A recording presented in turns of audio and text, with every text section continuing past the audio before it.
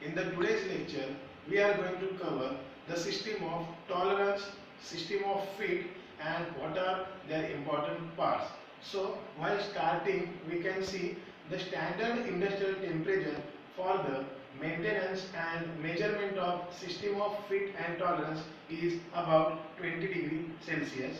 Now, one by one, we are going to see what are the definitions of tolerance and fit. Starting with, due to inevitable inaccuracy of manufacturing methods, a part cannot be made precisely to a given dimension.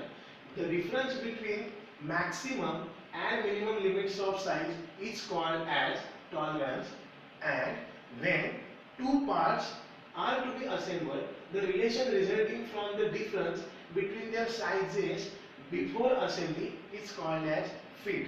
Now as we can see in the diagram, the shaft is having minimum diameter as well as maximum diameter, and in this limit what lies is the tolerance, lower deviation and upper deviation, whereas for the whole size there is maximum diameter, minimum diameter. Now when we are considering the fitting, the maximum dimensions of the shaft are to be weighed with the minimum dimensions of the hole, so that the definition of fit will be achieved. Next,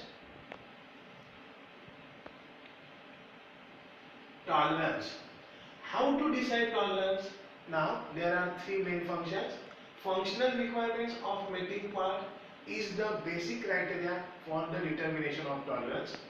Cost of production, that means every time a quality manufacturing has to be given for the production, and available manufacturing processes, the machinery, the set of procedures and set of methodologies will determine tolerance limit for the given component. So there are two standard methods. First is choose a coarse tolerance as possible without compromising functional requirements, and second is proper balance between cost and quality of parts.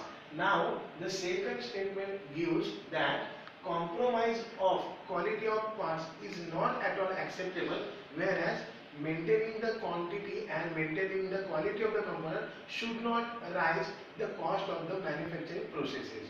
Next,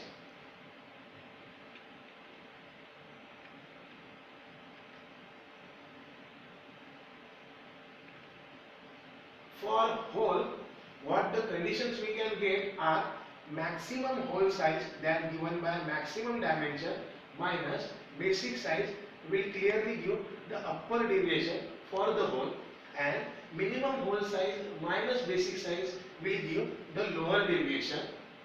For the shaft, we can see maximum shaft size minus basic size is given as upper deviation, and minimum shaft size minus basic size will give us lower deviation.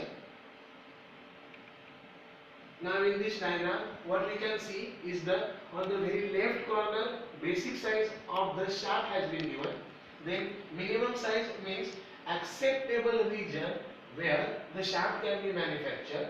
This is the actual size where sort of difference is shown, and this is the maximum size, that is the acceptable size of the shaft that can be prepared. Now on there the zero line has been given, which is the standard reference line. Then lower deviation, as we have seen, it is given by minimum shaft size minus basic size, and upper deviation over here is given by maximum shaft size minus basic size. So over here for the 525 diameter, plus minus 0.005 is the value given. Next, now dependent on these upper deviation and lower deviation calculation, the category will be divided into three parts. First is clearance fit, second is transition fit, and third is interference fit. One by one we are going to see the types of fit with the help of diagram. Here the clearance fit has been shown. Now you can see the whole part is mating with the shaft part, where the given condition for clearance fit is maximum shaft dimension is lesser than minimum hole dimension. That means shaft with maximum dimension is lesser than minimum hole dimension. As we can see, the shaft will be engaged into the hole part and maximum dimension part of the shaft will be meeting with the minimum hole condition.